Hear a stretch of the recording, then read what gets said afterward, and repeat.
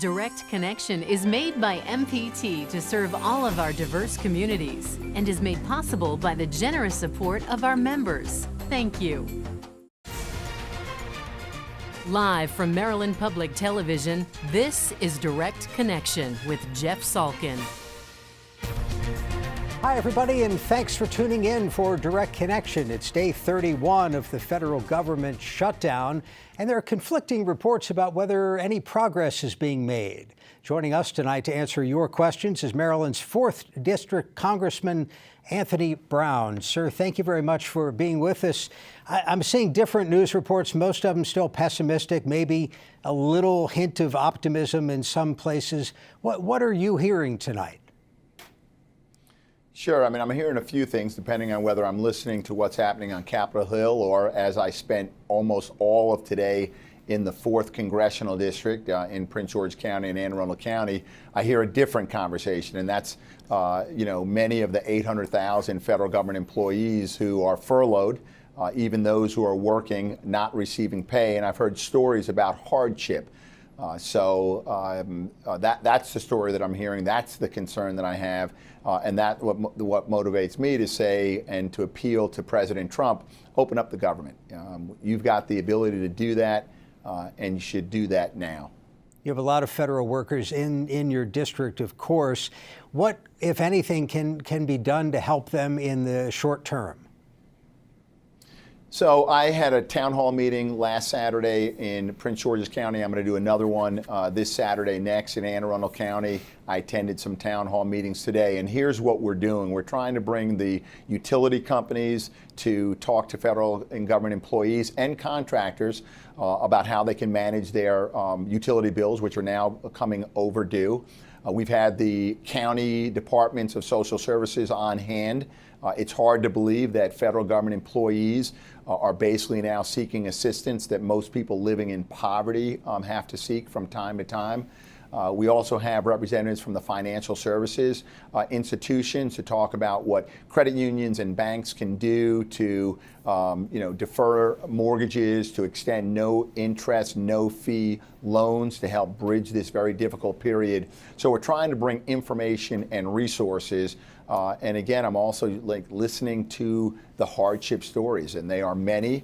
They're moving, and quite frankly, they're very emotional. It's hard to imagine that federal government employees who we often just think about like, oh, this stable workforce, they're doing well, and they've got predictable schedules and a reliable income. And now after 31 days, federal government workers are like most Americans, and they do live paycheck to paycheck. This is a hardship moment for them. Let me remind our viewers, if you have a question for the congressman, give us a call. We'll have the number up on the screen. You can also email your questions. The email address is livequestions@mpt.org. Congressman, there was an editorial in the Washington Post, maybe yesterday, but over the weekend. And obviously, the Washington Post editorial board is not a big backer of President Trump, but saying that Democrats shouldn't refuse to negotiate on border security. How do you see it? Yeah, no, Democrats certainly should not refuse to negotiate. That's true on border security. It's true on comprehensive immigration reform. Frankly, it's true on every policy challenge that we face. But I think it's important to highlight, Jeff, that you can't negotiate when the federal government is shut down. I heard someone today sort of use this analogy, and if I may, it's like the bully on the playground who steals your marbles and comes to you a week later and says, I have a deal for you. I'll give you back your marbles if you give me your lunch money. Americans understand that that's not a deal, and they don't expect Democrats to give the president money for the wall when what he has done is created a crisis by shutting down government. He's created a crisis at the border by separating families. He's created a crisis by denying dreamers a pathway to citizenship and protection for those who are in this country under temporary protective status. So he's created this crisis, and he's using that as a bargaining chip to come to the negotiating table. So yes, we need to negotiate, but first he needs to open up government. You cannot negotiate in a fruitful, productive manner when you have a government shutdown. Let's take a phone call. Adams County, Pennsylvania. This is Mary Ann. Mary Ann, thanks for calling. Go ahead. Hello. I have a solution. I'm Okay. just wondering, all of these people that are forced to go to work without pay, what if they all got together and just didn't go to work? What would happen? Marianne, thank you very much. Congressman, of course, we're seeing a little bit of that with people in the TSA in particular. What would you advise federal employees, your constituents, to do? Sure, and I am advising them. I'm advising them to stand strong, to report to work if you're able to do that. But keep in mind that when you see the increasing absenteeism, and it's been reported a lot most recently about TSA at our airports, this is because these TSA agents, they're men and women just like, you know, the caller and you and me. And it's difficult to go to work when you can't afford daycare for your children in order for you to go to work. It's difficult to go to work when you're driving many miles to get to the job, but you can't put gas in your car. This is the reality that they face every day. So there are probably few TSA agents who are not reporting to work because they simply are protesting, but more who are not reporting because they have financial stress in their life or they have financial impediments that prevent them from going to work. So what I advise federal government employees is to continue to go to work. If you are an essential employee, you're asked to work, but also you have to take care of your family. And as a result, I think you will see an increasing rate of absenteeism, not just at our airports, but across government, and particularly those agencies that are shut down. A phone call from Baltimore County. This is Joe. Joe, thank you for the call. Go ahead. Yes, where were you politicians when all the thousands of people got laid off at Bethlehem Steel? Nobody helped us. We had to wait 3 months to even get a paycheck. Joe, thanks very much for the phone call. Can you compare this to other situations where employees are dislocated?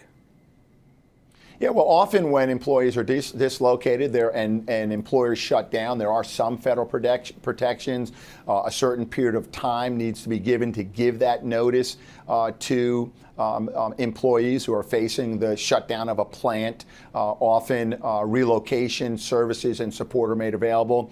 But where you distinguish the private sector shutdown and unemployment with a federal government shutdown is that I'm a member of Congress, and the President of the United States has a responsibility, the default setting, to keep government open to serve the American public. So when the government is shut down by the President, we need to look to ways to support our federal government employees. That's why Congress passed about a week ago a bill that the President did sign that guarantees back pay to federal government employees. And this is the first time where we've passed that bill. It doesn't just apply to this shutdown, but God forbid if there's a future shutdown. I should add, though, Jeff, that unfortunately at this point, that back pay, that retro pay, does not apply to federal government contractors, many of them who are doing core essential government functions. So you still have a number of people who work at federal agencies that will not receive back pay. State of the Union address supposed to happen next week. Should that go on as scheduled? No, I think that Speaker Pelosi was right. She pointed out that there's no constitutional requirement for a date certain for the president to deliver the State of the Union. There was a time when the State of the Union was delivered in writing, but I don't think that moving forward business as usual would be appropriate. And I don't think it would be appropriate for the president to come to Congress and tell us the State of the Union when most of the people, the public and members of Congress, know what the State of the Union is. And quite frankly, it's a shut down federal government. Let's just open the government. The president has the ability to do that tomorrow. Open up the government. Let's start those negotiations on border security, comprehensive immigration reform, and then at some point we invite the president to Congress for the joint session to deliver the State of the Union.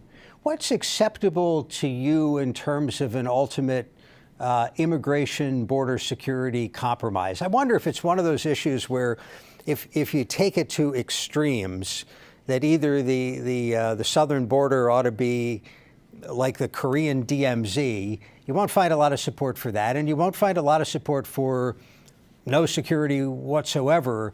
So, you know, where's the middle ground? Yeah, first of all, I think, Jeff, you make a good point that I want to highlight. And I can't find a Democrat in Congress that supports open borders. I think that Democrats, like Republicans, lawmakers on Capitol Hill, understand that we do need border security. But it's also important to point out that border security is not limited to the southwest border. We need border security at the southwest border. We need it at our northern border. But we also need it at the Port of Baltimore and the Port of Los Angeles. We need it at O'Hara Airport in Chicago and the BWI Thurgood Marshall Airport in Baltimore. So border security is not just that southwest border. It's the collective effort that we do to secure the homeland. So on the southwest border, it does include technology and the use of sensors. It does include some physical barriers. There are some there today, pedestrian barriers, vehicular barriers. It includes more border agents, but it also includes more immigration judges to process the backlog of asylum cases that are just continuing to mount at the border.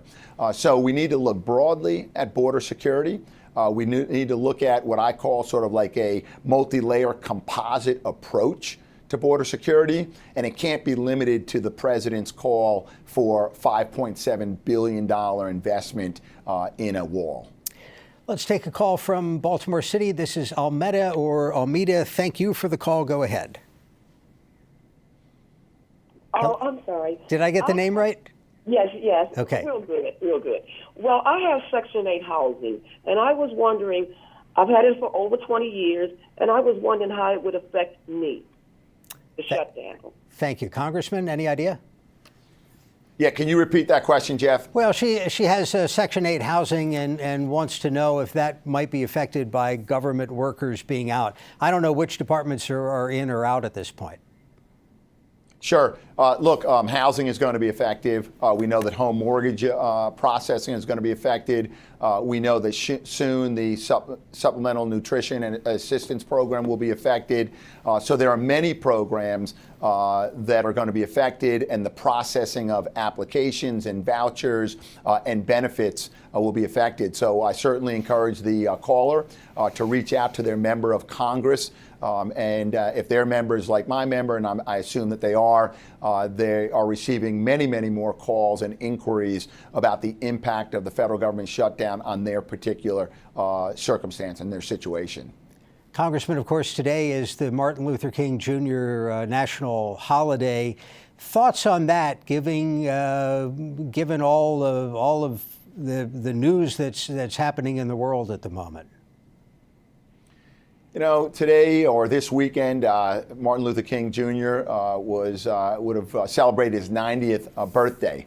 And I think that if Dr. King were alive and he looked out of the window and saw the landscape that is America, I don't think he'd see an America that is dissimilar to what he saw in the 1960s. I think that he would recognize that progress has been made, but he'd be very troubled by in the areas where progress continues to lack. For example, while we've seen poverty levels go down the last 2 or 3 years, much the result of the policies of the Obama administration, statistically speaking, the poverty rate is the same today as it was in 1970. I think Dr. King would recognize that, while we passed the Voting Rights Act and the Civil Rights Act, the American with Disabilities Act and the Affordable Care Act, I think he'd be gravely disappointed in what we saw in November with voting rights being trampled on in Georgia and in North Carolina. I think if Dr. King looked out of the window today and saw the landscape that's America, he'd be deeply troubled in the fact that as a nation we are continue to be embroiled in wars in foreign lands, in countries that are suffering from civil strife and humanitarian crises like Syria and Afghanistan, and that this effort, our leadership as a nation, involves a commander-in-chief that is indifferent to the plight of people around the world as well as Americans back home. and he's served by a very dysfunctional national security apparatus. So I think Dr. King would recognize that some progress has been made, but we have much more work to do. Let's get a phone call from the Eastern Shore. This is Janice in Wicomico County. Thanks for the call. Go ahead. My question kind of had to do with the job situation with the federal workers. What's going to happen when the banks start saying, well, you're not paying your mortgage? There's nothing to protect these people. So not only does that create a bigger problem for these people, but you talked about just a second ago the unemployment or the poverty rate being down. That's impossible when employment goes up. Janice, thank you very much for the phone call. Let's get an answer from the congressman. Sure. Yeah, no, I think Janice points out a real problem with this shutdown. There are financial institutions that are not extending or deferring mortgage payments. That will have a long-term impact on a furloughed federal government employee's credit rating. So no, this is a potentially long-term damaging situation for federal government employees. In responding to what I heard in Janice's question regarding poverty and unemployment, sure, I mean, unemployment rate is low, but many of these jobs are low-income, low-wage jobs. What we have seen while the poverty rate has gone down in the last 3 years, we know that for several decades, income inequality has increased because real wages have remained flat while corporate profits have gone up. So there is not, the relationship between poverty and unemployment, they don't move in tandem. And in this country today, where we see poverty going down, we do see income inequality rising. Congressman, email question from a viewer wants to know if you are accepting pay during the shutdown. What are you and your colleagues doing about that? Sure. Let me mention a few things. Number one is I have not received a paycheck since federal government employees have stopped receiving their paycheck. Congress, we receive our paychecks once a month. So I would expect to receive my paycheck at the end of month January. However, tomorrow morning I will be sending a letter to the Chief Administrative Officer of the U.S. House of Representatives requesting that my pay be withheld until such time as the federal government shutdown is ended by President Trump and federal government employees receive their back pay. That's the position that I'm taking. I'm putting myself in the same hardship position that President Trump has put federal government employees. Congressman, there's in the new Congress a lot of new people, a lot of very strong agendas, let's put it that way, and at least one measure has been introduced to impeach President Trump. Obviously, emotions are running fairly high. What's the threshold for you on supporting something like that? In order to impeach a president, sure, you need a simple majority in the U.S. House of Representatives. You need a supermajority in the Senate to actually convict. And that means you need 67 senators to convict a president or any other federal official that is impeached. While I think today there's a closing argument to be made that would support an impeachment of President Trump for high crimes and misdemeanor, colluding with the Russians, obstruction of justice, the evidence is not quite there yet. And that's why I think it's very important that we ensure that the Mueller investigation is completed, that it's protected, that President Trump cannot undermine the investigation as he has tried to do time and time again.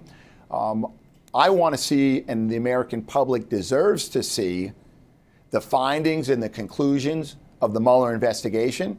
If it supports impeachment of the president, so be it. If it indicates that he's committed offenses that would rise to high crimes and misdemeanor, so be it. And if the Mueller investigation turns out that the president had no involvement in wrongdoing, then certainly impeachment would not be the path to take. But the most important point to make right now is let's protect the Mueller investigation and let's act after we receive that report from Bob Mueller. And I certainly encourage the Department of Justice to release a thorough report when that report and investigation is complete. That is Maryland Congressman Anthony Brown joining us from his district office in the Maryland suburbs. Sir, thanks very much for the time. We appreciate it. Thanks, Jeff. And Direct Connection continues right after this. This is a box that showed you a world beyond your own.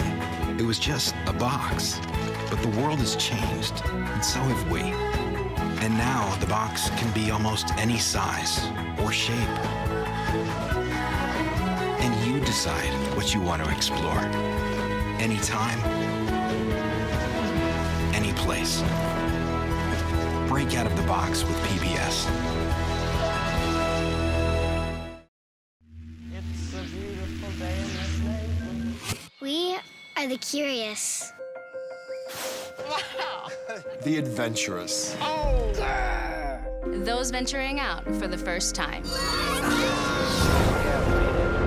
And those who've never lost our sense of wonder. Whoa. You seen this? We are the hungry. The strong. I must be the greatest. The joyful. A happy little cloud. We believe there is always more we can uncover. More we can explore. We believe in the capacity for goodness. And the potential for greatness. The torch has been passed to a new generation of Americans. PBS. PBS. PBS.